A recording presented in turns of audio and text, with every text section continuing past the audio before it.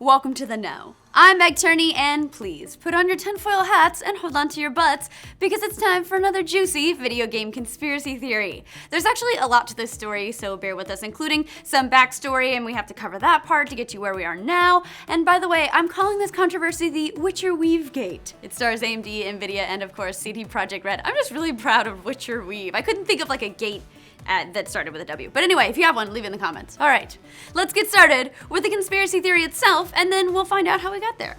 So AMD's chief gaming scientist, Richard Huddy, by the way, sweet title, bro, has accused Nvidia of sabotaging AMD in regards to their hardware running The Witcher 3. A pretty hefty accusation, absolutely.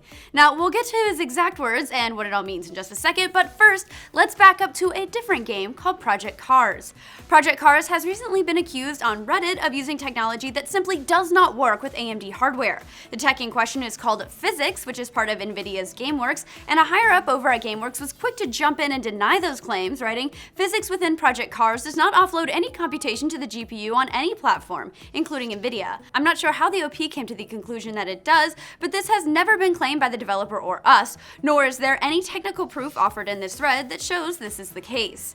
Well, AMD's Vice President of Alliances, again, sweet title, stirred the pot by tweeting a link to the accusation with the text, "Thanks for supporting/wanting an open and fair PC gaming industry." Well, then the tides turned against AMD when the studio behind Project Cars, Slightly Mad Studios, piped up and accused AMD of being the actual source of the problem, writing, "We're reaching out to AMD with all of our efforts. We've provided them 20 keys, as I say.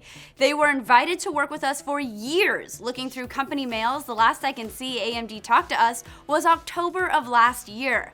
Categorically, Nvidia have not paid us a penny. They have, though, been very forthcoming with support and co-marketing work at their instigation." So Nvidia says it's not their fault. AMD slyly points the finger back at Nvidia anyway, and then Slightly Mad comes out and says AMD has completely ignored their attempts to work with them. Still with me.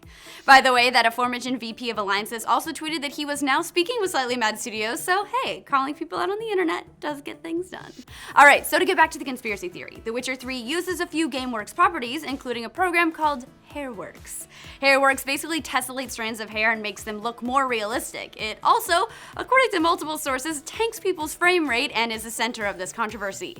A CD Projekt Red developer actually suggested people turn Hairworks off, saying, "Many of you have asked us if AMD Radeon GPUs would be able to run Nvidia's Hairworks technology. The answer is yes. However, unsatisfactory performance may be experienced as the code of this feature cannot be optimized for AMD products.